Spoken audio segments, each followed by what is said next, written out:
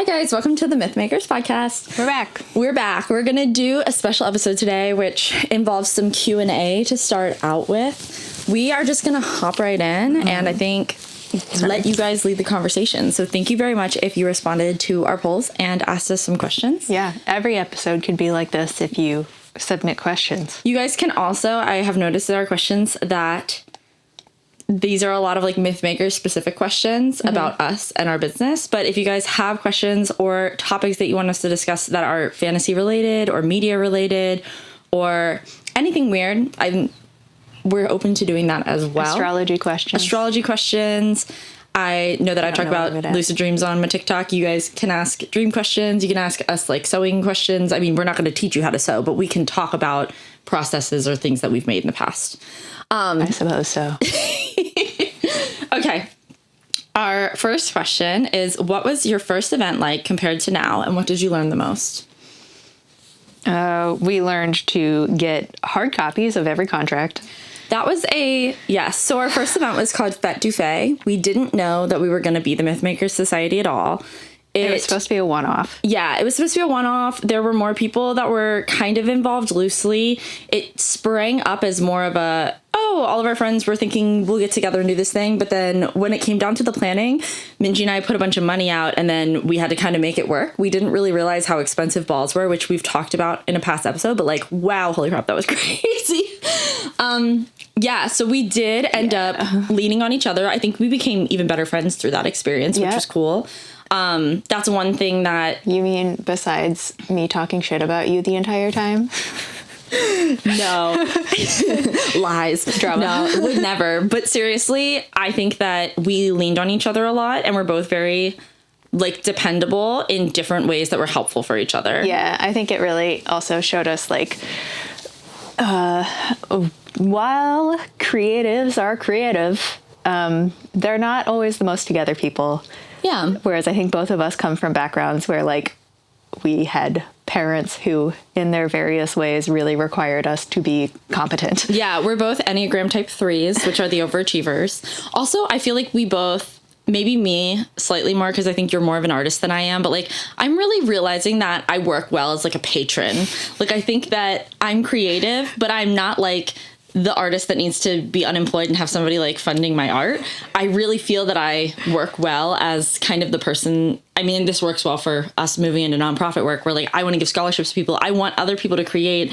I want to like run a business that facilitates that. Yeah. And I think that despite being a creative, being an artist, being an author, like doing things that are creative, I just naturally kind of fall into that place, which I mean, I do have 5 planets in Capricorn. So like that, it makes sense. Yeah, that's not me. But I think that in the same way, though, you're, like I said, like very reliable. And so it's nice because that like overachiever in us comes out and we make sure we get everything done, which is cool. It helps that I like math and stuff. You do love math. So. And you are very good with an Excel spreadsheet, which, fun fact, I can't read them. It's literally, no, I feel like it's like a handicap, but that's okay. If she copies and pastes something and like puts it in a Google Doc, I can read it. If it's in an Excel spreadsheet, I literally can't. It's like it all jumbles together, and it's so confusing. The lines make it so confusing. Where the venue that we worked with like really screwed us over.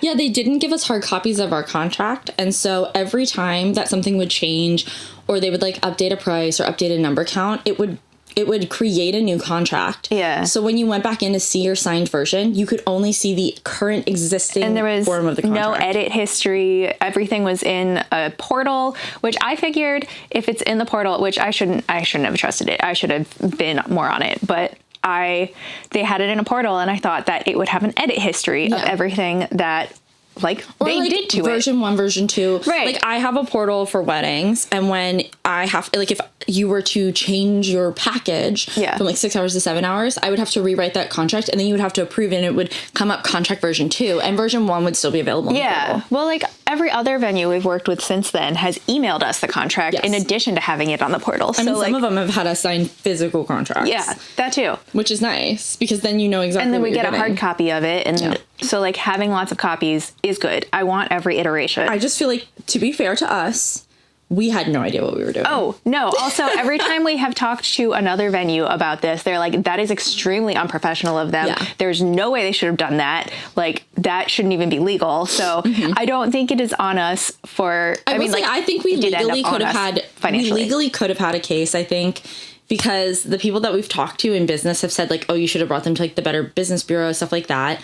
I do think that because we were so green to it and didn't really know what we were doing, like we ended up getting screwed over, and like, you know, I think it all worked out in the way that like we've been able to recoup things, and it's, you know, it was years ago at this point, but I do think that that allowed us to like move forward in events, just knowing like, okay, we need to really plan for like 75% capacity. Like we planned that one for 100% capacity, and we had no idea how hard that was going to be. Yeah. And they had told us that we could lower our count closer to the ball if we didn't sell our tickets. Yeah, but that's not true. So if you sign a contract at the venue that we had our first ball at for 200 people and you lower it to 125, you're still paying premiums on 200 people. It really kind of doesn't make any sense. That is untrue. It's just untrue. Not how other venues work. No, I think what they said was you can change your guest count at any time. And we asked, does that mean we can lower it or higher it? And they said, yes, we don't order the food or the alcohol until the week of the event. So, and then we said, okay, we signed for like 150 or 175. I think it was 175. And then we tried to budget everything else to like 125. And then we were like, oh, okay, we're getting close. We're a couple weeks out. We're about a month out. Like, let's do 125 because at least we're closer to that number. Yeah. And then they were like, oh, I'm so sorry. You're at 175. Like, you can make it more. You cannot make it less. Yep. And so I remember I got very, very intoxicated because I was like, if we have to pay for premium liquor for 175 people and we only have 125 here. Oh, yeah. Yes. There may or may not be some very embarrassing videos of me like cry speaking at the end. I didn't know I'd be giving a speech. Fine. I just need to say the day after Fête du Fait happened, I would say at least 15 people sent me full videos of that speech as like, oh my gosh, you were so cute. And I am just like I am so drunk. I'm like, I love you guys. You guys are so great. I think I'm crying at one point. Like it was so me. So woo girl. Yeah. It makes me cringe. I do not give speeches that intoxicated anymore. Never again. Thank you, everybody who sent me that video and told me that I was cute. It was not cute. Yeah, I was too stressed to get drunk. I was like, oh, God, everything's bad. I was eating like so many, whatever they had, like shrimp cocktail. We had something, and I was just eating trays of the food. Yes, I ate tons of their food. So. Because we couldn't take that home either. No. They wouldn't let us take the food. A food safety thing, I guess. I don't really understand why, but like... We could have signed a waiver. I feel like it would have been fine. Right? I don't know, because I feel like our other events have maybe let us take some stuff if we wanted to, or no? No. I guess we can't. So usually we've had all-day events at the venue, so like we've been eating throughout the day. Yeah, and then we hit Taco Bell at the end. Leftovers, yeah. We are Taco Bell at the end people for everything. Every single Ren Fair, yeah. Balls, pretty much anything. Movies. Yeah. Yeah. Taco Bell doesn't care if you sit in the parking lot at night. So yeah. Minji taught me a very valuable life skill, which is that when we go to the movie theater, we go to a Taco Bell and we get Taco Bell and we bring bags that are big enough to fit the warm Taco Bell in, which I've never thought of before. I got the whole chips and cheese opened in my purse. And then we just sneak it into the movie theater and then we eat like full spread of Taco Bell. And this is what I always did as a kid. Yeah, it's amazing. I was a rule follower, as I've told you before. So I've never snuck anything into the movie theater. Not a person, not food. When my dad was a kid, he used to spend the entire day at movie theaters. Like, he'd buy a ticket for the movie theater, and then he'd just hop between the movie theaters, and, like, he'd bring in food from, like, the gas station. And that's all he did all day as, like, a kid. And so... That's kind of cute and fun. We didn't quite do that, but... We had a $2 movies when I was a kid. Oh, wow. Which was, like, essentially, it would be after movies left the movie theaters, they would go to the $2 movies, and... they would have like anything if it had already been out for like a month, it would be at the $2 movies and all the tickets were $2.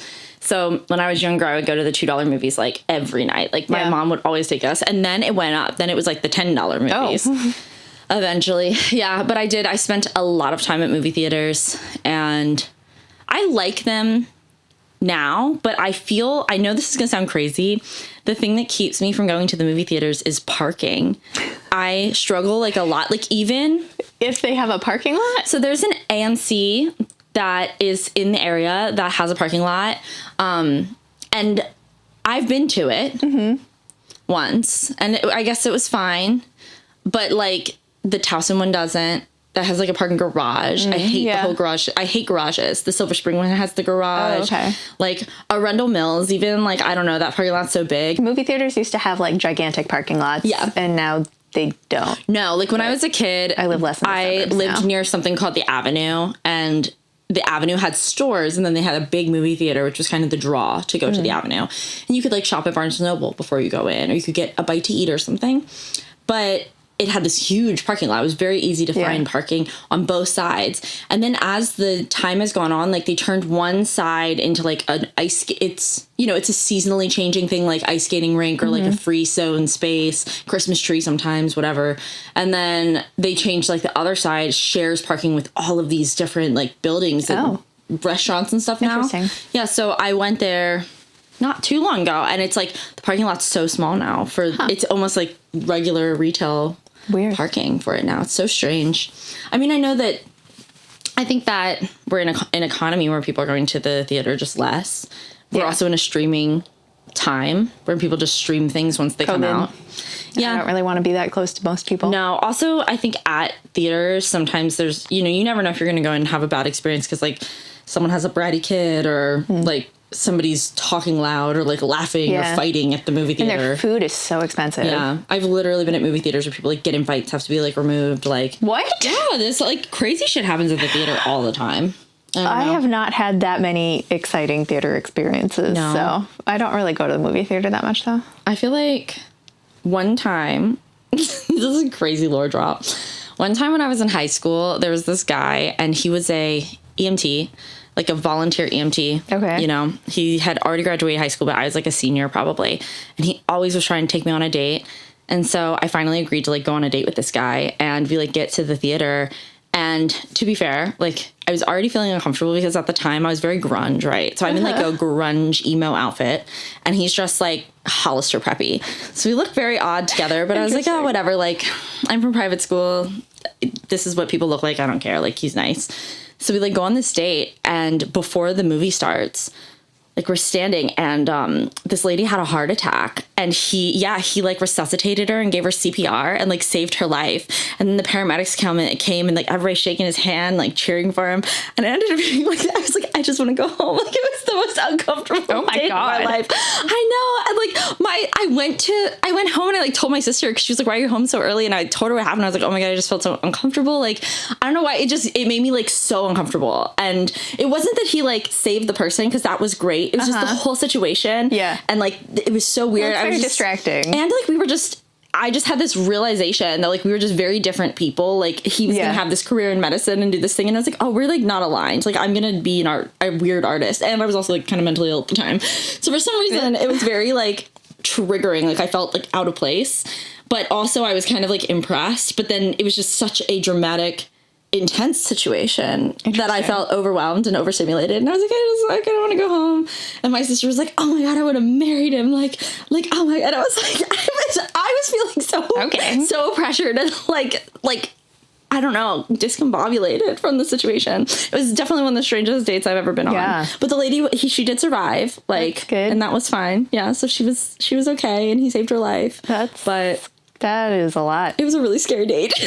Yeah. I feel like the only odd movie theater, I mean, like we went to like midnight showings of stuff, but that's not like. I love those. It's like exciting by my own. Yeah. I wish that I would have been like a dress up person, but I feel that back then, to be fair, some of the people that dressed up it would always be like Party City level, like costumes. Now I feel like we actually kind of try to match the vibe. I love dressing up for a movie. I will say that was for all the Harry Potter movies, and then for the Purge election day. What did you dress up for the Harry Potter movies? Like who were you? Cho-Chang. Really? Okay. That was during my, okay, well, that's the only Asian character. I suppose that's Sure. the one I'm going to dress up as. I probably would have dressed up as Bellatrix. I feel that would have been fine. Though I liked Luna Lovegood the most. I also thought I was a Ravenclaw for a really long time.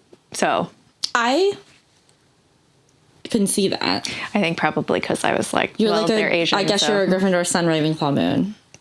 It'll be vibes. Yeah. Should we stop talking about Harry Potter? I think we can just denote that we do not support J.K. Rowling. She's terrible. And I think that everybody probably watching this would agree with us that we look forward to a day where we can maybe enjoy it again without her presence here on this space rock.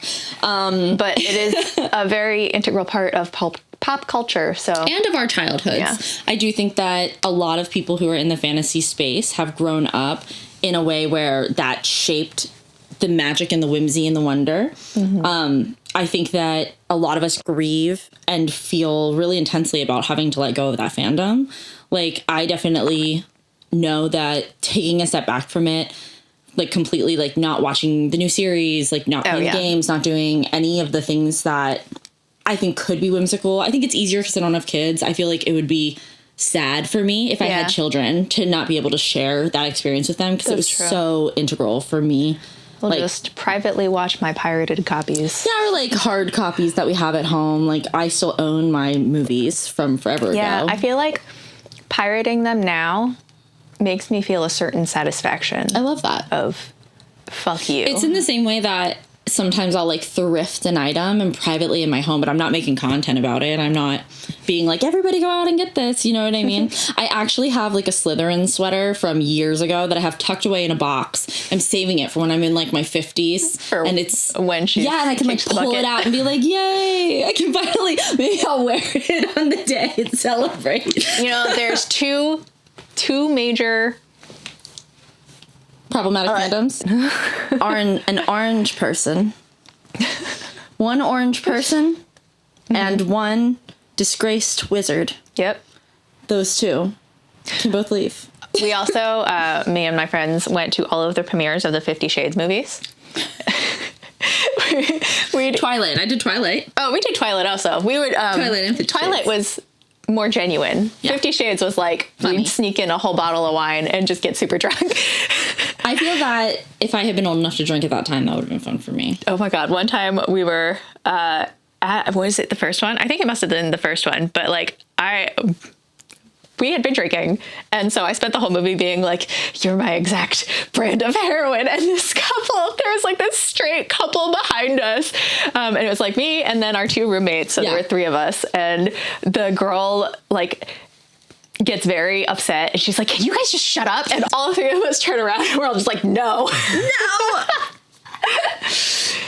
I kind of feel sorry for her, but I also feel like if you are in earnest going to 50 Shades as a couple date movie, you should get better taste.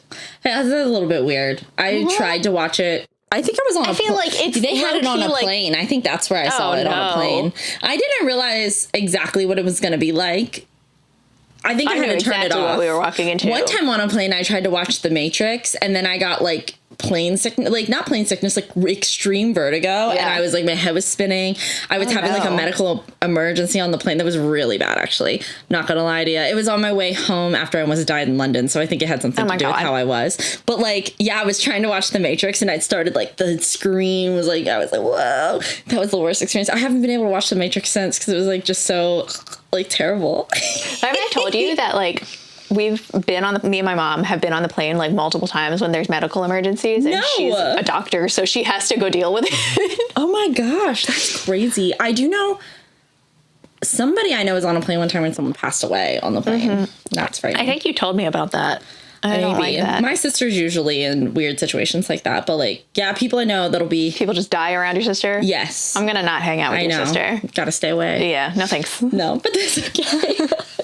Okay, I'm pulling up our next topic of conversation just so that we can read it. I'm excited. Okay. I feel Let's make sure we did this one, though. Wait, hold on. I have a last comment on 50 Shades of Grey and straight couples who go to the movie theater. Okay. It feels like publicly watching porn if you're watching it in earnest. Yeah. As a straight couple. I understand. Like, I feel like we need to be concerned. Yeah. Yeah. So I understand. normally do feel bad if I'm being disruptive during the movie, but not for that. I understand. Get better taste. It makes sense. Yeah. Okay. Okay. So the question that we were answering was, what was your first event like compared to now? And then what did you learn the most? I think that one thing that we could talk about before we move on from this conversation is just the changes we've made from the first event to the most recent event. So our first event was in one big room. That was a huge difference, is that we worked with a venue that essentially just had us in a big ballroom. The ballroom was very pretty. Yeah. We had a full open bar. I did like the ballroom as a vibe. I did too. And I think that's really cool. So I kind of... But it was very loud. That That's was true. our biggest It was- things that we got complaints about were that it was so loud that people couldn't enjoy the side quest things. Yeah. That was hard. And then also that like you couldn't escape the dance floor. Yeah. Because the dance floor was so central. I wish that there was a venue like Overhills that had a ballroom that was like that ornate. Yeah, and that like had all ornate. the like columns and the mirrors and shit. We'll have to just keep looking. Yeah. Maybe one will come about. I do really like Overhills though. Yeah, It's like my Overhills is favorite really one. beautiful. I mean, I'm excited for Cloisters, but again, Cloisters is also still not ornate on the inside. They've really stripped it back, I think. So I think that the big room, that's a big difference. We tend to try to do venues that have more different spaces because a lot of people in the community and just I think in the fantasy community, we have a lot of neurodivergent people here. We're both neurodivergent, and the overstimulation in events with live music and with loud music can be just very, very intense. Like Halloween was really overwhelming. Yes. So that was Halloween was a big had to run room. away. Minji had to go hide in the catacombs. playing crossword puzzles. Yeah, but it is even that one that technically has 2 rooms, but you kind of couldn't escape even in the second little room because it's open. Yeah. It's an open room. So I think that that's been great with Overhills, and then with the Cloisters, they both have like an upstairs. They both have rooms that you can kind of hide out in, and we have like VIP lounges, which I know some people have been like, oh, is it even worth it? But I mean, the VIP lounge ends up pretty popping. Yeah. Like, I think that people really love it. Because it's a place to go with your own, like, it's a softer, more like mythical playlist. Obviously, I think the bags and stuff are cool. That's one thing that is different. Yeah. We did not do gift bags for the first one at all. Right. Yeah. Yeah, we didn't have any, but people wanted like merch. People wanted tiers and pins and stuff like that. So we just hadn't done it. We ended up being able to have a little bit more of a budget.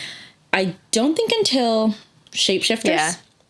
So that's something that we've been working with. We wanted to work with small artists. That's a huge part of what we're doing here with Mythmakers Society, is just working with different artists. So we've worked with quite a few different artists in the Baltimore area and beyond who have made art for us. And we were able to like print those, make stickers, have pins, have tote bags, have different types of art. The first one, we also had an overnight thing. We did. I we did had not an participate. overnight hotel visit. We don't do that anymore. No, it's just... So every time since the first exhausting. time we have changed Yeah. the VIP tier. First time, everybody spent the night in a hotel. And there was a separate dinner, like at a separate venue. Yes, there was a dinner at a venue down the street from the venue. It happened right before the ball. Logistically, a nightmare. Yeah. Also, it's very difficult. We have found this we've done, hold on, let me think. 3. We've done 3 eating events in conjunction with the ball. The first one with Fête du Fae was a dinner at a 4. restaurant. Fête du Fae, Moon and Myth, Afterlife, did we do Afterlife? Afterlife, And and Shapeshifter. Shapeshifter, yeah. Okay, so we've done 4. Afterlife Then was we- just a dinner, though. So this is why we changed it. It was, first was a dinner at a different venue. But we also had to be doing stuff all day because we were doing like photo stuff with them. Then second was brunch before the ball. Third was brunch right before the ball. But it was brunch. I don't know why we decided it would be different. We decided to... It's hard to think back. Let's see. So for Moon and Myth, we were at, what was the venue called? Lyriodendron. So that's like basically a big mansion. Oh, that's what and so we did Lyriodendron every time we've learned something. So the dinner was too close to the ball. Yeah. And it was at a different location. It was hard to get everybody over. And it didn't give people time to make And content. it was logistically difficult because one of us had to be there to host. But if we were like on site in the space, everything would be decorated already. So that's why we decided the next time we do it at the venue. So we did a brunch and then the nighttime ball. There was like 6 hours in between. So that was really difficult. We did photo clients. We did video clients. We had the VIP people. Then when we moved to shapeshifters, changed the decor a little bit that time too. Yeah. Every time the decor changes, because the first time we didn't have any decor at the dinner. Yeah. The second time we had slight decor. We did more decor for shapeshifters, and we made it closer to the ball. It was like 2 hours before the ball.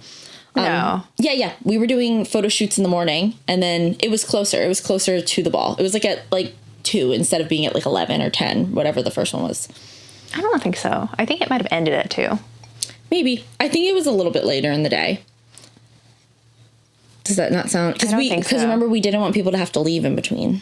Right. So I think it was people slightly later. Did leave in between, I think. It's very hard to know. I do know we did a dinner for Afterlife. Yes. And that just went into the ball. We had a cocktail hour, and that one worked. I liked that one. I liked the dinner. I think it was just like not cost effective for how many people. It's not cost effective, and the hardest issue is that people do not mingle. Yeah. And so that was always the issue, was everybody would end up after like an hour, once the food is eaten, everybody ended up like sitting still. Yeah. So I think that was part of it. The dinner, though. Oh, that's what it was. It was tea service. It was plated tea service at the tables versus buffet. Yeah. We went to buffet because we wanted everybody to know that they're know their options. Yeah. Do all the things. It's always an issue with like food allergies, making sure that things are safe. So we definitely did that. We didn't want the gap either. Like it went straight from dinner into the event. Yes. Yeah, I liked that. I mean, I think that if we could get enough people that it would no longer be a loss, then it would be worth it. Yeah. But as it is now, when we only have like 20 people sign up for it, then it is just a loss. Yeah. So I agree. I also think that it just has to lend itself to the theme. Like for Dark Academia and Secret Society, it just didn't. I don't think a dinner would have necessarily lent itself because we were trying to be more immersive. And so that's the biggest difference, I think, in the first event to now. We have actors. We're doing like live music now. Yeah. We sometimes have lore. We have cut back on the things that people are less interested in, like the pins. Yeah. People would do quests, but the quest always led to us having like 100 leftover pins. Yeah. And the pins are actually a huge cost. They're very expensive to make. Yeah. And that's part of what like causes the tickets to be more expensive. So we have tried to be more cost effective with items that people really want. Yeah. And I think that it just works out a little bit better. And like we could underbuy on the pins, but it always makes me nervous in case like this ball is the one that everybody wants the pins. Yeah. So like try not to do that. Yeah. It's very difficult to try to plan for so many people. It's also hard because a lot of people buy their tickets in the last week. And so it's impossible to plan. I would say we sell about 60% of our tickets leading up to the event, and then like 40% of our tickets in the last 2 weeks. Very stressful. Yep. So it's impossible to get a head count. And we understand in this economy that like some people just need to make sure they have it in their budget. And that makes sense. But, it also makes it so that we have to plan for that gap a little bit. And it's always different every time. So I'm excited for Cloisters. I'm glad we're doing more drops for this one. We didn't really do drops for any of the past ones. Yeah. And I think that this is nice that we're spacing it out a little bit because it's giving us a better indication of how it's going to go. Yeah. And gives people like time to save, I guess. Yeah, totally. They don't have to feel like urgency as bad. So the first ball, we relied really heavily on ambassador marketing and like to varying success.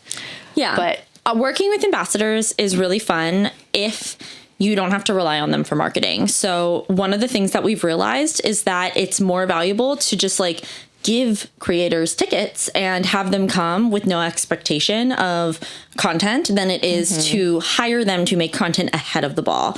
Because sometimes there can be issues just in general. I think people just don't. Yeah, sometimes people don't. It's weird. I think that when we paid, like all the times that we paid people to make content, we had less people making content than when we just offer people a free ticket. Very odd. Yeah, I don't really understand that, but it's cool. We do hope that moving forward, once we have like nonprofit funding, we could be able to work with a plethora of like small and large creators and be able to pay everybody and do everything for whatever it is. Plus, the other thing we learned is that just because somebody has a big audience doesn't mean they have an audience that overlaps with us. You can have someone that has a million followers, and those million followers might be like international children, like people in high school, and they're not buying tickets. So it's honestly, from a marketing perspective, it's more valuable to work with local influencers who have high engagement, and it really doesn't matter the number of followers. Our friend Sel, who is Copper Cosman, I don't know. Sel of Wands. Yes. Okay. So Sel is a smaller creator, was living locally. They live in Japan now, but they Shout out to Sel. Our only ambassador who actually sold any tickets with their code. Yeah, we had a code, and Sel came through. They had good pull. Yeah. I feel like at that time I didn't even have 5,000 followers, and a lot of people came from my content because I'm a photographer, and so I was really engaged in the Baltimore scene. And I think that like it showed also us. Has a community that's very local, so like, and I think that you had some pull too as well with local people from like Ren Fair and stuff like that. Actually how and cosplay. Ellie those two came. Was I went to school with them, and they asked for a discount ticket. So. Exactly. So I feel like we were able to bring a lot of people in, and we realized it was funny back at that time. I mean, you maybe only had like 20,000 followers at that time. Like you were definitely like, and I had maybe 5. And I remember us sitting together and just being like, how are we going to pull this off? Like, we don't have millions of followers. We don't know what we're going to do. Our creators are not coming through. Like, what are we going to do?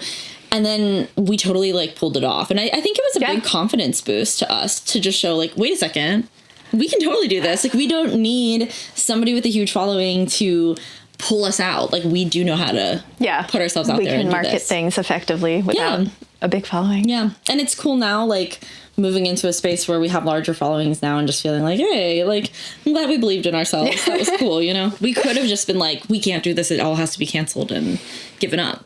That would have cost us so much more than $6,000. Oh, yeah. We definitely got to the point where I remember us talking about it. And I was like, this is what we were talking. You were kind of like, this is what we'd lose if we pull out. And I was like, it's not worth it. Let's just do it. No, we would have lost a lot more money. And like, that's kind of the reason that we kept doing it, was like, we were just going to do the one-off, but because we were in so much debt, that is what led to our subsequent event. Yeah, we ended up, we had to make it back. That's why it was so back to back. Because now we do about 1-ish a year. Like this year, we're technically doing March and December. But I mean, we try to have 9-10 months in between. That's reasonable for planning and marketing and putting everything out there. But the first one was, we had it in September, and then we had it in like January. But it was because we were so in debt from the first one, we really had to recoup the loss. Yeah. And that was our most attended, most popular one. I think it was also the least expensive. It was least expensive. The lowest ticket price. No, it wasn't the lowest ticket price. No? The lowest ticket price was the one we just did, Shapeshifters. Or, I mean, not Shapeshifters. Yeah, Secret Society. Secret Society. But I do think that Secret Society, being more immersive, was a hard theme for people.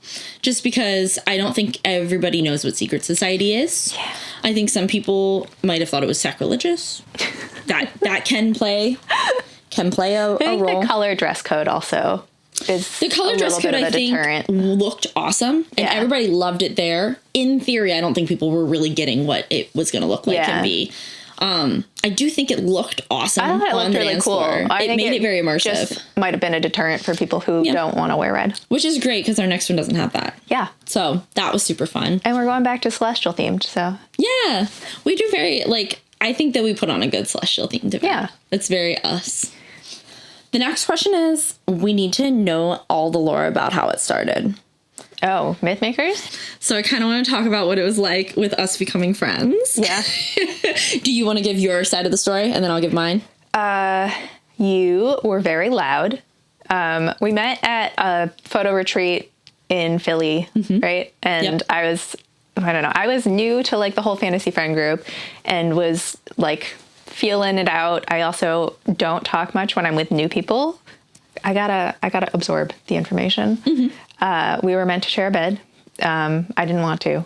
Also, I was eating nuts the entire time, so I kind of was like, I don't know that I should be anywhere next to you. Absolutely fair. Sarah's super allergic to nuts. I'd be dead. Yeah, so that was like the main snack that I brought. So I also was kind of like, I don't feel like taking someone to the hospital. You were trying to get Taylor Swift tickets. Right. Yeah. Which I did, and you went with me. Yeah. Which is kind of fun. And at the time, you did not know that I liked Taylor Swift at all. And you did. I'm like, I don't even think I didn't get them. That day, I ended up, one of my friends got pregnant and was giving birth that week and had to sell her tickets last minute, and that's how I got her tickets. Oh, yeah. I didn't know that. I do think it's funny that I was trying to get them on that trip where I met you, and we ended up going together, and that was pretty cool. Yeah, because, I mean, before all of the controversy that she has now, I used to love Taylor Swift. We were big Taylor Swift fans. Yeah. Hate her new album. Just need to say that. Don't like the way she's moving now, but, Folklore? Folklore's so good. Folklore. Amazing. Evermore, amazing. Midnights, which was the one that had just come out at the time, amazing. Torture Poets, obsessed. That's my favorite one. We did like a Torture Poets photo shoot. That was so fun. Okay, but back to our day. Let's see. So I was trying to get tickets. You were there the first night. You were like, I'm sorry, I have to.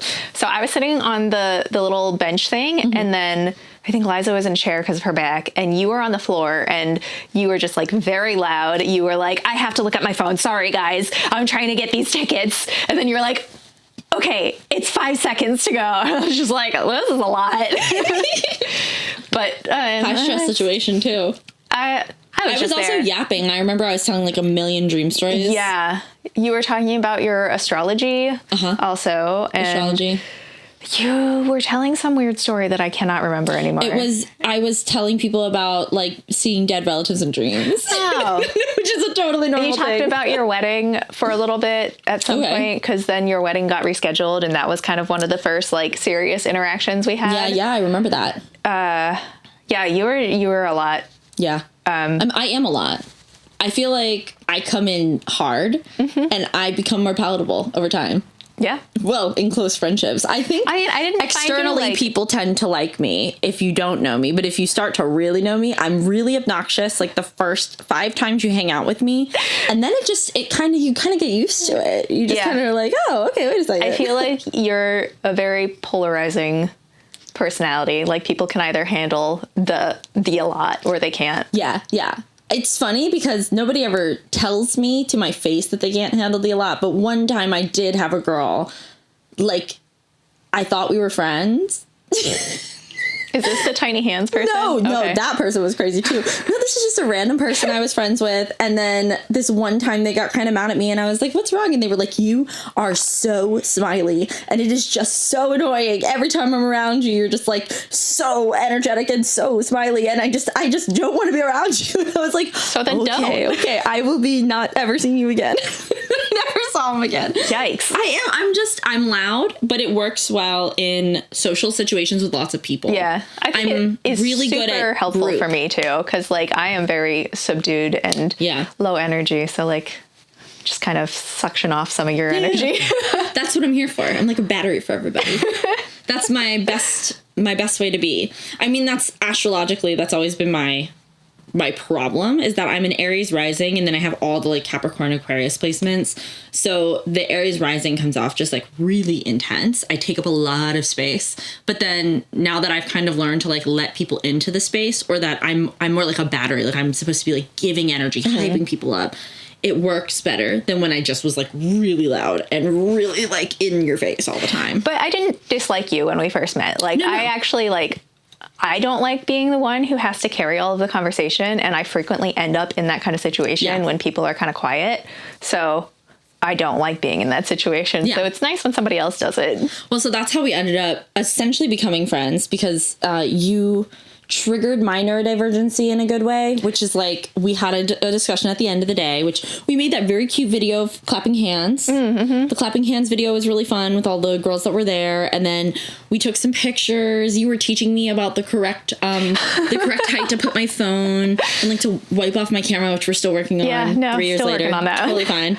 But at the time I had the worst camera quality, so you were doing. You'd also broken your camera. I think also you may have taught me how to use AirDrop that day. Like you were like giving me tips, and I was like, No way. Craziness. Because all I had ever done was make yapping videos on TikTok. Yeah. With my front-facing camera. So that was the first day I think I ever took B-roll to like edit into a reel. You may have even been the person to teach me how to cut the clips so that it's like... Oh my God. Yeah. I'm telling you, you were really... I was not a content creator. I thought I was. I remember being not offended, but I was like, I'm a content creator too. And then as soon as I started hanging out with you and you were editing videos and like showing me how to make Instagram reels, I was like, I'm not a content creator. I don't know what I am. I'm an online personality, but I'm not a content creator. Storyteller. Yeah, I was a Very yapper. good storyteller. Personal yapper. Yeah. But I couldn't edit videos. I didn't do trends. I didn't do transitions. You've taught me a lot. But you came up to me at the very, very end. We were leaving. We had all gone out to breakfast. And you were like, we live very close. I would like to hang out with you. And it will seem like I don't like you. And if you say, do you want to hang out? And I say, I can't. It's because I can't. But I do want to. So don't let that discourage you. It might take a couple tries, but I would like us to hang out. I also remember you asked me to hang out and I was like, yeah, totally. And then I like had the thought after we hung out, I was like, okay, I should ask her to hang out next. And then you texted me again before I could like get to it. Yeah. And I was like, oh my gosh, I'm sorry. I meant to ask you to hang out. I just like have been busy and like I don't want you to think I don't want to hang out with you. I just didn't get to it. But I was unfazed because you had already told me what I only need to be told once. You were like, I do want to hang out and you can ask me, you can just invite me to things. And if I'm free, I'll come. And I said, okay, sounds good. And so I just started inviting you to things and we lived so close. Yeah. So it was so easy. You were the closest friend that lived to me. Yeah. Like we lived in such close proximity. And you are very good at the like, I'm just coming over. And I'm like, okay, great. Sounds good. Like you don't need a full invite. And I feel like... And I don't like plans. Yeah. Like I don't want to be invited to go to the zoo. I don't want to be invited to like go to a museum. I mean, we do go to museums sometimes. But it's pretty spontaneous. It's like I feel like doing this thing today. Or like we're dressed up someplace. We're dressed up cool. We should take some videos at the museum. Look smart. Like I'm just not the type of person to be like, let's take a day trip to the Smithsonian Gallery in DC and we're going to grab lunch at this place. Like I don't like an itinerary. Yeah. I'm just sort of like, when I hang out, we could go thrifting. We could we could go to Toki Taco, R.I.P. Toki Taco. We spent a lot of time at a Korean taco fusion place once. And terrible lighting. It was pink lighting. Yeah. I loved the lighting. I loved the food. And it's closed now. So R.I.P. Toki Taco. That was the best restaurant ever. Truly, I miss it often. I feel like our brands of ADHD really complement each other. Yes. They really do. Yeah. It's bizarre. We're like on completely opposite ends too. Like the, what is it? The attention deficit part and then the hyperactive part. You're very hyperactive and I'm very attention deficit. Yeah. It's funny. I feel like I have laser focused hyperactivity. My brain moves too fast, but I'm not very like attention deficit. I'm really hyperactive. Which is, it's like energy explosion all the time. I really feel like I'm like a person that has too much energy. Yeah. And I guess it's trying to get out. More like attention dysregulation for me. Cause like I can focus really hard on something and then I wipe myself out and can't do anything else for like 3 weeks. Also the opposite of me because I can't like read instructions or read Excel. Like when things start to get too structured and organized and quiet and focused, I can't do that. But if you need me to like work on something and brainstorm things that are kind of big picture. I can do you're that very good at coming up with like, Sarah came up with Myth Makers as a name and like. Actually, I just want to say it came to me in the ether.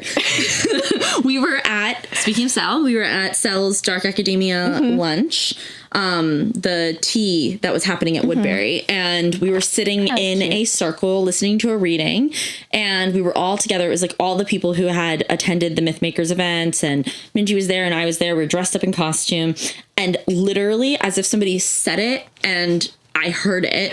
The Myth Maker Society came into my brain, and I remember like writing it down, and being like, "That's the name of our company." We had been struggling too. We actually got in a fight. This is like one of the like our first and only fight because we worked it out, and I remember we were texting. And it was so funny because, so Minji wanted to rename Fetoufe, which I was on board with. I just did not like the name. No, and I didn't either. But we had the Instagram and the We had the Instagram, we had email. the email, we had everything happening.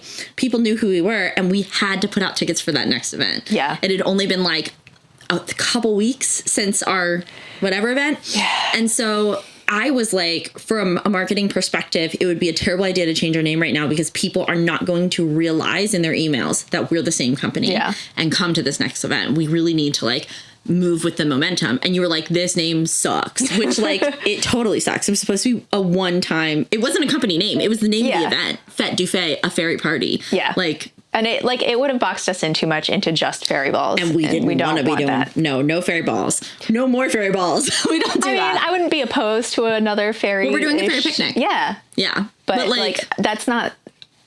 We are not a fairy ADHD. company. We have too many diverse interests. Yes. Yeah, we are not a fairy company. Wait, also the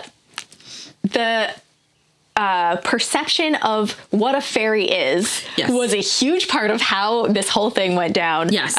So like you and Liza originally were like, we want to have a fairy ball. And I was like, great. I love fairies. Like I'm so down to help out.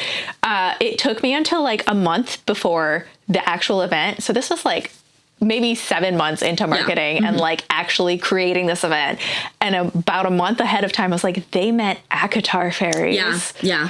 Oh, That's why we disagree on things. Yep. Because I was not very familiar with fairies, the original folklore version, which now I'm more familiar with, especially because of you. That's the only one I care about. Yes. I mean, me too. Now I feel that I like that more and I'm less of an Akatar stan, but at the time I had just read Akatar and that's where it was coming from for sure. Yeah. That's so funny. And like Akatar is not, they're not fairies. They're like elves. Yeah, they're the fae, which is not...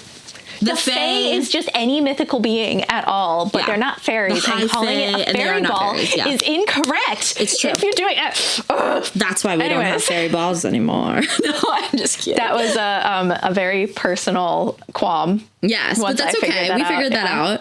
And that was good. I forgot what we were talking about before that.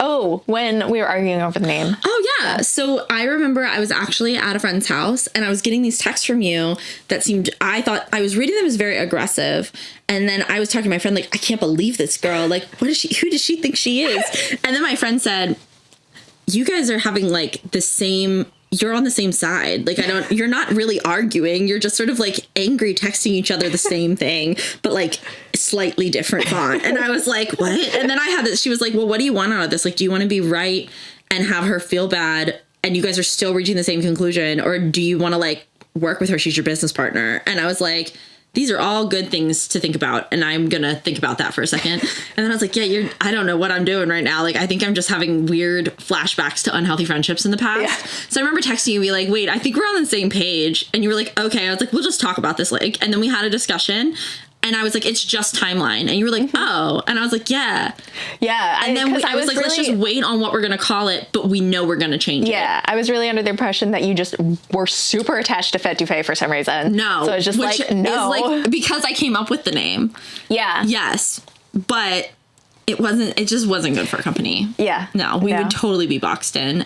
But then once we figured it out, it's like, and we came up with the name like right after that was the T. Yeah. So it wasn't really that far that it took. It just, I was like, let's just not rush it. Yeah. Because whatever this is going to be is going to be our name. We're not going to rebrand again. Yeah. Yeah. And I feel like we came up with a really good one. Like, yeah, I agree. I really like the Mythmaker Society. Yeah, and once you told me, I was like, yes, that's it. Perfect. Yeah. Like because I remember we were talking about it and I was like, oh, this feels like they weren't AI generated, but they felt. I was like, oh, this just feels bland. Like, yeah, I think that was Moon before something. Well, Moon and Myth was going to be one of them. And we just used, I was like, name of the ball, love that. But like Moon and Myth as the society. Too specific. Yeah, like, I don't really understand. You know what I mean? And I think that's what we were talking about was we've used some of the names for like ball themes, but it just wasn't the name of the actual brand. And it worked out. It did. I love that. Okay. I feel like both of us too, like if we are in disagreement, we're both pretty good at like stepping back and being like, okay, like we have a lot of trust. Yeah. We've literally been in situations where people have been like, I don't think you guys are on the same page. I think you guys are talking shit about each other. And it's like, you are the number one last person that I would almost believe that my husband was talking shit about me before I would believe that you were. You know what I mean? Like, I'm just like, my mom, like, I think someone could come to me and be like, your mom was talking shit. And I'd be like, maybe. But someone tells me you're talking shit, and I'm like, okay.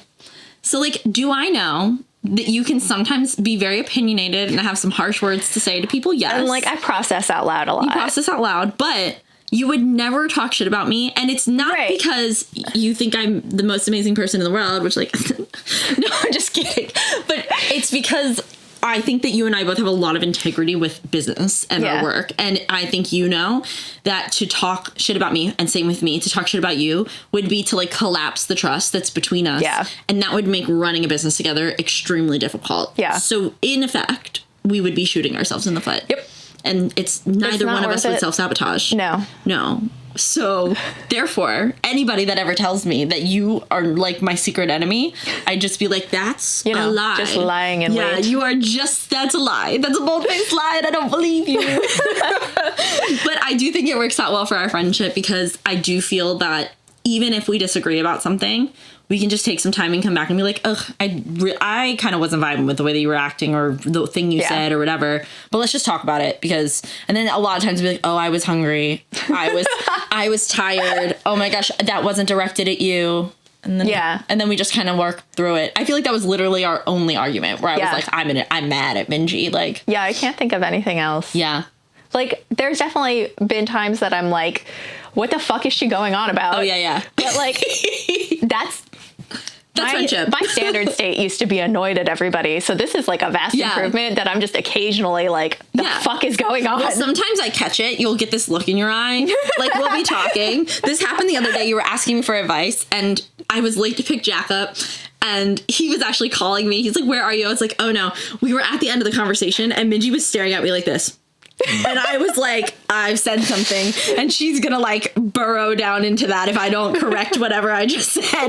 So it was like, you're gonna need to explain to me what you just heard, because I don't think you heard me right. And you kind of talked a little bit. I was like, yeah, that's not what I said. We're gonna have to, like, we need to walk back through whatever that conversation was. So, because your face is not good at hiding anything. I'll be like, oh, I said this thing. You go. I'm like, what did you just hear? Sometimes you'll correct me. Like when I told you that I felt that Akatar was Twilight, and you were like, yeah. But that's okay. That will be something we talk about in another episode, because we could go on and on about Twilight and Akatar. I feel that Twilight and Akatar are very similar, and they are similar socially, and Minji strongly disagrees. Nope. So next episode, we will definitely dive into that. Okay, our next question is, what is your favorite fantasy aesthetic? I feel like I know your two. Can you tell me what mine are? Pirates and Dark Academia. Does Dark Academia count as a fantasy aesthetic, though? I feel like we had a fantasy ball that was Dark Academia themed, so yes. I'm going to say that's a maybe on whether that counts as fantasy. Like, what about the, like, do you feel that Holly Black is a fantasy author? Yes. Okay, and she wrote Ninth House. No. That's Leigh Bardugo. Oh. Do you think Leigh Bardugo is the fantasy author? Yeah, because they wrote... Yes. But the difference is, I think that, like, fantasy and Dark Academia are different literary genres, but you can have, like, magic in a Dark Academia setting, or you can have... I feel that you like that. Whatever setting. It is, like, magical realism, Dark Academia vibes. I do like that a lot. I also do like just straight up Dark Academia. I love listening to teenage girls murder each other. Mm-hmm. And pirates. You are really big on pirates. I don't like pirates as a literary genre. I think most pirate books are bad. This is favorite fantasy aesthetic. Okay. And as an aesthetic. Yes. I think pirates. I freaking love pirates. Yeah, pirates is Pirates top of the Caribbean. List. Top. Yeah. Even top 3 movies. Those 3 movies. Yeah. Outworld's End. Mine is whatever Phantom of the Opera is. What would that aesthetic be? I don't think that's fantasy. But it is. He's like a ghost. But he's not a ghost. But then they have the magical arms that move, and she's singing. I don't think that counts as fantasy. It's giving. I feel like it's like Labyrinth has the same aesthetic, and Labyrinth is totally fantasy. Yeah, okay, but what the is same that? Aesthetic is not the same thing as like. But I'm the talking same aesthetics. Genre. I'm not talking genres. I'm talking aesthetics. It's whatever aesthetic. Phantom of the Opera, especially the scene where she thinks that she's magic with the moving arms, and then like Labyrinth in the ball. That's my favorite aesthetic. I don't think they have the same aesthetic though. They're both in like the white dress, and then it's almost like surrealist. surrealist high fantasy. Okay, so you're taking different things from this aesthetic genre than I am, because to me, Phantom of the Opera is like very dark reds, moody, candlelight, and then Labyrinth is very like lighter colors, very bright. It's very well lit. It's a well lit movie. And it's very 80s, like obviously, but it's got so many markers of the time that it was created, whereas Phantom of the Opera is a little bit more timeless. So I'm thinking more, you know how I am. When I look at things, I'm like an amalgamator. So there are things that, you remember when I showed you, went through the YouTube thing? I went through that YouTube channel and I was able to point out things that you were being attracted to across like channels, even though they look super, super disparate. Yeah. That's what I'm honing in on. So what I enjoy in fantasy is like very elaborate dress that's not necessarily of a time period. I like mystical, dreamy energy where things feel surreal, like the arms moving in the tunnel, the like her seeing the wax figure, but it's not a wax figure, it's her. Romantic liminal space. Yeah, romantic liminal space, dreamscape. You also really like the masks. problematic men. Yeah, problematic shadow man that's misunderstood. Problematic older men who kidnaps a teenager. Damn, that is, you're not wrong about that. You are not wrong about that. I will say David Bowie's character was a little old for me, but the older I get, and I erase, like if I was the main character at 30, I'd feel very differently. I'm just saying. Yeah, not appealing to me.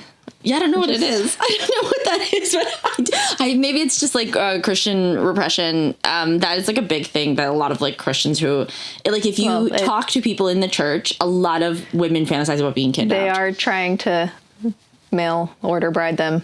Yeah. Or like marry them off to other people. That was like a big thing of mine when I was younger. Like used to fantasize about being kidnapped a lot. Like that I would seduce my kidnapper. Being taken away from the really shitty life you had. Yeah, probably. Rescued. Interesting. But I think it's more of a visual thing. I really enjoy like the masks. I enjoy like this high, almost like carnival feeling of... I feel like masquerade, like aesthetic is very...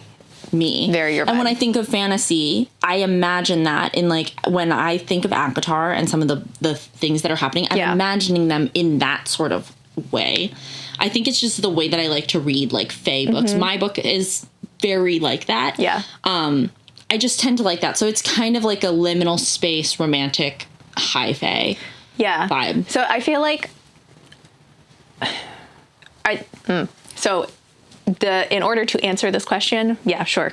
Great. But I feel like the aesthetic you like doesn't necessarily have to be fantasy. Yeah. So I'm just taking it too literally. I will also say that if we're going with like how I like to dress, I don't dress that way. I like Frogcore. Yeah. I like to be a little guy. I'm a silly guy in a hat. So like if I can have, it's specifically ears, I will say this. I don't like antlers, no ears. So if you ever look at my costumes, I'm like very specific. I more so enjoy things that have ears. Except the frog, whose ears are eyes. He's got eyes, yeah. But like they function kind of like ears in their own way. I don't think function. I think they are form. Form? Yeah, form over function. I guess so. Yeah. They remind me of ears. Yeah. Where they're placed. I love being a frog. So fun. Or just a silly guy in a hat. I like the moth has the antennas. That's cool. But I don't like antlers without ears. I really like antlers with ears. I like looking like I could step on someone. That's fun. Yeah, okay. That's mostly my vibe, I feel like. I like a stompy boot fantasy with a stompy boot and a silly hat. Boot and a hat. That's me. My favorite fantasy aesthetic is boot and a hat. Yeah. So I'm going to say that's where I'm at. Do they mean like for... It is vague. Surroundings I or did costume? Tell you. Okay. It said fave fantasy aesthetic. 3 words. Okay. So for a costume, I definitely like pirates and fairies. And I like to be a frog.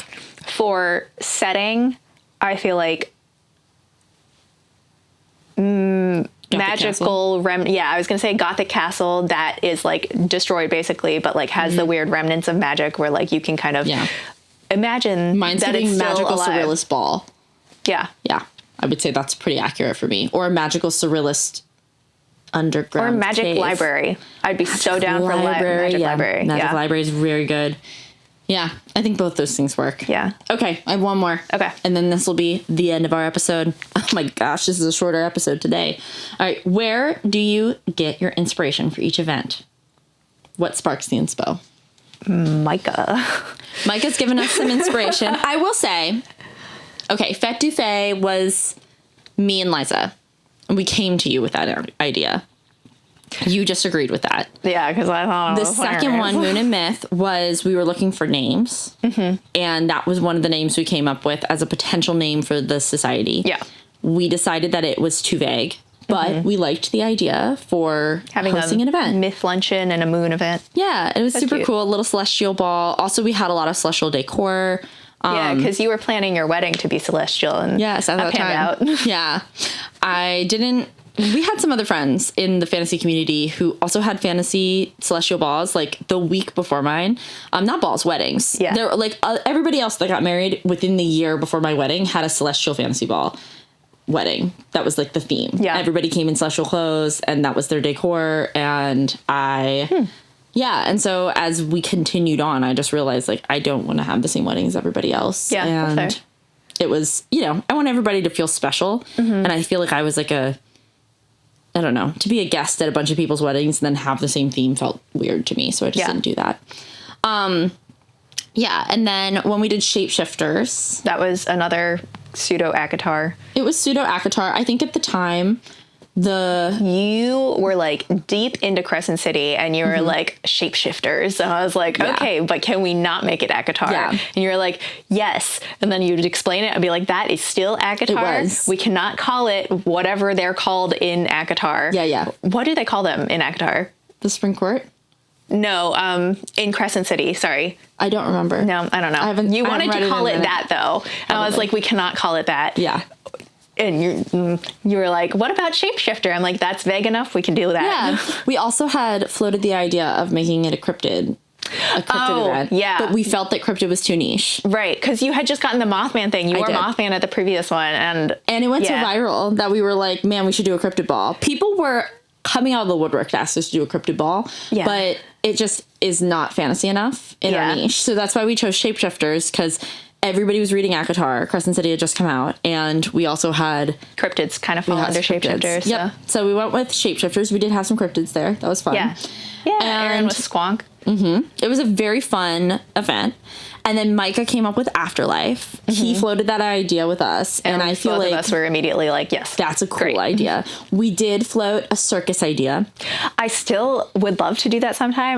My dream event is to do like a night circus themed thing where it's like different rooms with different weird shit, but like we have to have a much higher production budget for that. I think once we're officially a nonprofit and have funding and stuff, like we could figure out how to do it. I think, personally... Yes, I agree with you. I think that after seeing Masquerade, I feel that what you want to put on is more akin to like immersive theater. No, and that is not technically what we do yet, but it doesn't mean we can't do it in the future. It's kind of fulfilling the, like, if I had not gone to costumes or not gone to theater school for costuming, I would have gone to theater school for set design. Yeah. And it definitely... it's like we don't have the ability to do that where we are, but I think we could have it in the future. Yeah.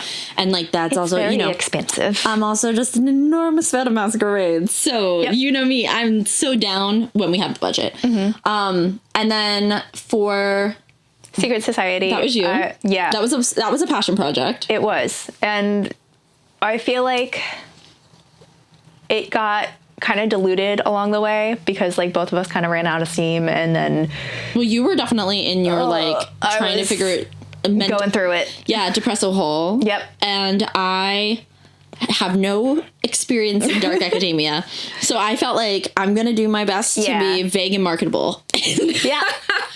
And so we ended up with like a hybrid of what you were interested in and what I was capable of writing. Yeah. And I do think, I must say, it came together. Yeah, so I think it went well. It was cool. I enjoyed the lore. I enjoyed the society we ended up making. I enjoyed the dance. I had no idea I had that in me, but that was cool. And I do feel that we ended up making something really unique and awesome. Which is awesome. I think it also like pushed us a little more towards immersive. And like I think that is personally what I enjoy more is like the immersive stuff rather than just like prom every 8 months. Yep. Like and Cloisters, that's coming from just us essentially matching the castle. Yeah, we like it fits. Wanted to have a ball at the cloisters, and it's New Year's Eve, which has to do with like solar stuff. Yeah, it's like the return of the year, the solar return of the year. Gonna be the coolest New Year's Eve party I've ever been to. Me too, because I hate New Year's Eve, and I usually don't celebrate. I go to bed early, and I try not to stay up. I think my most interesting New Year's Eve was in Japan. Oh, there was that too. But Minji hosted a Twilight New Year's Eve party. I came as Pain Jane. It was great. Minji was obviously Bella, duh. But it was very fun. We had everybody dressed up as Twilight characters. We played beer pong. It was fun. I don't think I got drunk enough for like how... You were having some personal issues. I feel like I was not well back then. Yeah. Yeah. So I remember. That was like around when you postponed your wedding. Yes. There were a lot of things happening there. Yeah. Yes, I remember. I remember that. New Year's used to be a very... Not a sore subject, but because Jack didn't want to come to New Year's because he was like, it's a Twilight party and I don't want to come to a Twilight party. He didn't want to dress up as James. And I was like, you were telling me that. I was like, he doesn't have to dress up. Like, this is just a bullshit, stupid party. But to be fair, and there were other people there who weren't dressed up. But I think that at the end of the day, now Jack wouldn't think twice about it. Yeah, I think now that Jack knows me and knows that, like, whatever I say is just kind of a vague suggestion. We pretty much didn't know you. Yeah. We had only met you, like, one time. I think Jack had friends. Remember, I had to leave and go to another party. So Jack had friends that were hosting a party they hosted every year. Yeah. So I think that, I don't know, New Year's tends to be a thing that I don't celebrate and I don't go out for. And, like, I also get really, really cranky when I'm tired. And I go to bed early. And I don't really have the ability. I think how high energy I am during the day. Like, I don't even drink coffee. You're going to have to sleep in on New Year's Eve. It's like I have to, or I will just have to, I have to pace myself. Like, I have to take so many steps to stay up late that, because our events end pretty late. Like, by the time we're home, a lot. It's midnight. So, it's not that much later than our usual events, but yeah. Oh, yes. But okay. No, the Japan one sounds like it's really cool, but really we tried to go to a bunch of clubs and then we didn't end up liking any of them. So we celebrated New Year's outside of a convenience store. So it's kind of cute though. That was my story. I do like that. Yeah. I just didn't want people to think that I'm like jet setting everywhere. Jets into Japan. Going to the club for New Year's in Japan. That's not the vibe. I'm trying to think if I've ever done anything cool. I used to go to this one party when I was in high school. Every year, my parents would take me to this party, and every year, like, the cops would get called on the kids who were drinking in the basement. Oh, okay. It was always an issue. Like, your parents had the cops called on them at a party? It was like a very affluent party in a very nice neighborhood. And then every year, the kids would do something absolutely insane. And every year, they were still allowed to have the party. It was very strange. And my parents, who were very, very conservative, like, continued to bring me every year. So I remember know? Yes. And, like, because everybody would get in trouble. Like, everybody was like shit-faced drunk, like, and we'd be like 14, like, and I didn't really drink, so I just kind of be there. That sounds unsafe. I had my first kiss at that party. I just every year something crazy would happen, but the last year I was there, somebody like went into diabetic shock and they had to call the ambulance. Oh my god! Because he was drinking and he didn't tell anybody he was diabetic, and then he kind of passed out and was like, "Oh, I guess passed out," and then his twin brother was there and he was like, "He's diabetic. We can't wake him up." Yeah, and they had to rush him to the emergency room, but he did survive. That guy survived. But yeah, like, things like that would happen. This one year, there was a guy there who got really, really drunk and started, like, just randomly kissing people, and he worked at Chick-fil-A, and then he was afraid that he was going to get fired because he was, like, kissing all these random people. Homo. It wasn't even just, he kissed me, like, he'd just grab your face and, like, kiss you. No. And then he had to apologize to everybody. He was like, I was blackout drunk. It was... Yeah, it was a time. High school, man. Yeah, no. I didn't really do anything wild in high school, so it was always, this was like my one wild night of the year. I would usually just stay upstairs. I was not cool, so that's how it goes. But most of the time, I would get really tired of the partying because I didn't really drink and I was very, like, rule follower, and I didn't want to get in trouble or the cops called on me, and so I would go upstairs and they had like a really nice piano, and then I would be entertaining the elderly people by like playing piano and singing all night on New Year's every year. That's so dorky. At this random like mansion party. I'm terrible. Yeah, I know. It's shameful. I was really dorky. I was like a musical theater, really dorky kid, didn't wear any makeup, like had no sense of style. My sense of style was that I would thrift tie-dye t-shirts and like cut the collar off of them and wear them off the shoulder. Oh my god. I I was not cool. It's okay. I told you, I literally had professors in college, like, have meetings with me to tell me I wasn't cool. Yeah, that's very weird of them. It's very weird, but I do need you to know that, like, I was so uncool that people were, like, actively telling me to my face I was uncool. It's very rude. I've changed. I have realized, first of all, I realized that being myself is cool. Yeah. And I think maybe I was giving off uncool because I was trying to be, like, people Not I yourself. thought were cool. Yeah. Yeah. And that just wasn't working for me. And I've decided that the coolest thing that you can be is to be true to who you are. So, because it does, it makes you more confident. Yeah. I've learned it a lot through content creation, just that when you get dressed and you feel like yourself, that is awesome. When I started getting tattoos, because I realized, like, every person I look at and think, I wish I looked like them, is head to toe, neck, face, hands covered in tattoos. Like, I love heavily tattooed people. I've always wanted to be one. And I think that, now you are. Yeah, allowing myself to have that is freeing. It's very freeing to no longer think, like, oh, is everybody going to think that's good? You know? Because it doesn't matter. And I want to customize my avatar. And then also, like, realizing to some extent that, like, things can be changed. Like, I can have cool hair. I can pierce something. I can have funky nails. Like, we're all for body mods here. Yeah, it's super fun. So I think back then I would look at somebody who was popular or famous or cool, and I'd be like, I need to be them in order for me to have validation and, like, feel like I'm cool. And I never did it well. Did not feel that way. I mean, you're I think that you bury myself out of spite. Yeah, I was gonna say, I feel like you have a very strong, unique sense of self. And whenever I look at old pictures of you, like, I feel like old pictures of me are like, it's giving Mormon girl art on. I'm like, who was that girl, you know? But old pictures of you are so unique and interesting. And, like, you had such a cool, unique sense of style and self, which was really, I like that. I admire that about you. I think it's cool. You say it with a good sense of style. I don't know, girl. You will literally show me pictures and be like, this is cringe. And I'm like, I would have thought that you were the coolest person I had ever seen in my life. You would have been on my weird, like, pre-Pinterest bulletin board of printed out strangers, like, for sure. You could have been in, like, a girl that got unique style. No, I was gonna say you could have been one of those people they interviewed for Teen Vogue and had, like, a little, like, picture of you. like stopped on the street people if I lived in New York. That could have totally been you. Yeah, for sure. So I think that could have been you. Yeah, I believe I lived in Ohio though, so there was no one doing that. No humans of Ohio, even now. Which did mean that I stood out even more. But I love that. I love it. And then I feel like you're good at convincing other people that they can stand out too. Yeah. So it works. Because you've really taught me, I think, with how to show up you more. were, like, in your baddie phase when we met. Oh my God.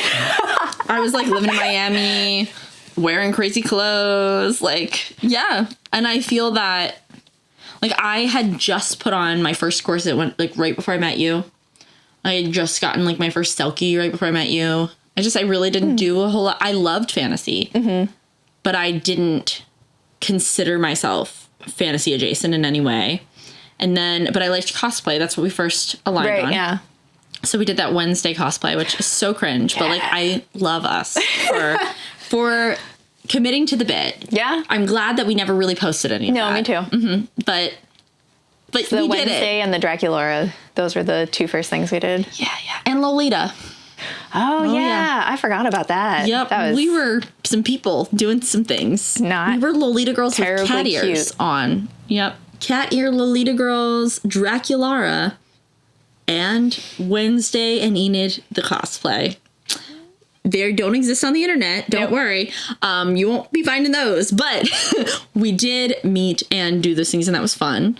And then I think through that, then we started doing, like, you know, Greenleaves was happening. We started doing more, like, Lord of the Rings. We did Raven and Starfire. Yeah, that was cute. Yeah, we started thinking about duos or, like planning things and not just, like, and we went to Washington. We went to Orcas Island. We decided to do fun. Yeah, it was super fun. Content trip. We did a content trip. We were fairies in a little fairy house and elves, hobbits. We were hobbits.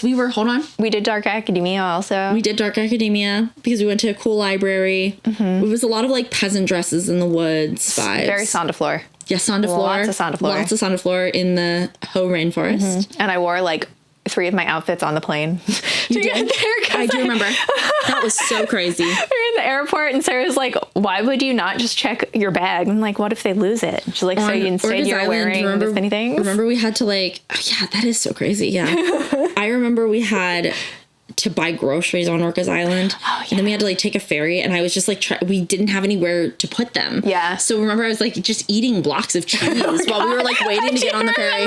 There's like videos of me and I'm sitting there like in tears being like, I can't eat another bite of cheese. And you were like, you have to like, just suck it up. You don't have anywhere to put it. That cheese was expensive. And cause it's like $20 block of cheese. It's an island. It's an island. Yeah. And I think I went in Manchego.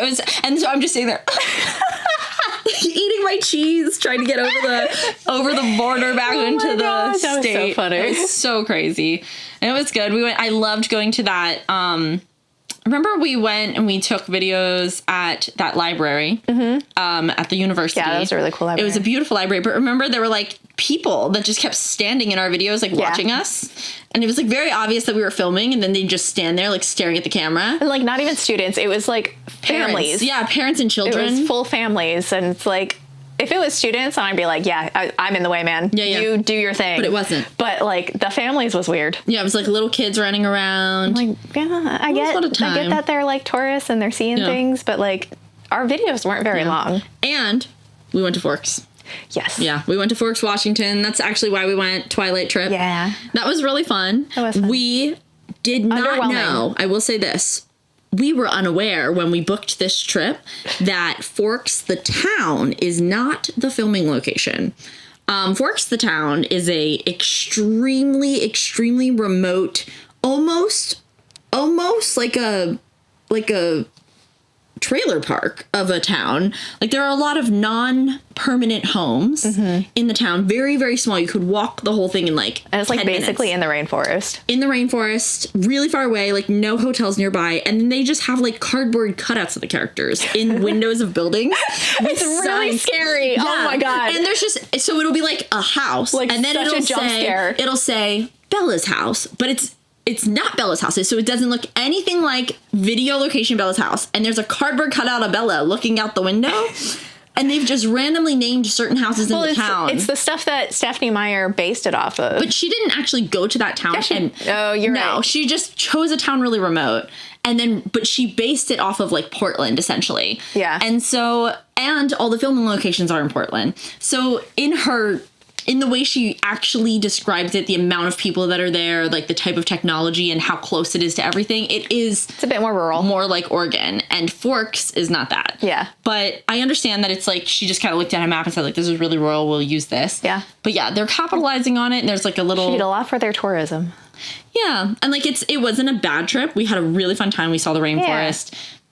But I think we definitely thought we were... Oh, yeah, we went to La Push. That diner was pretty good. The diner was good.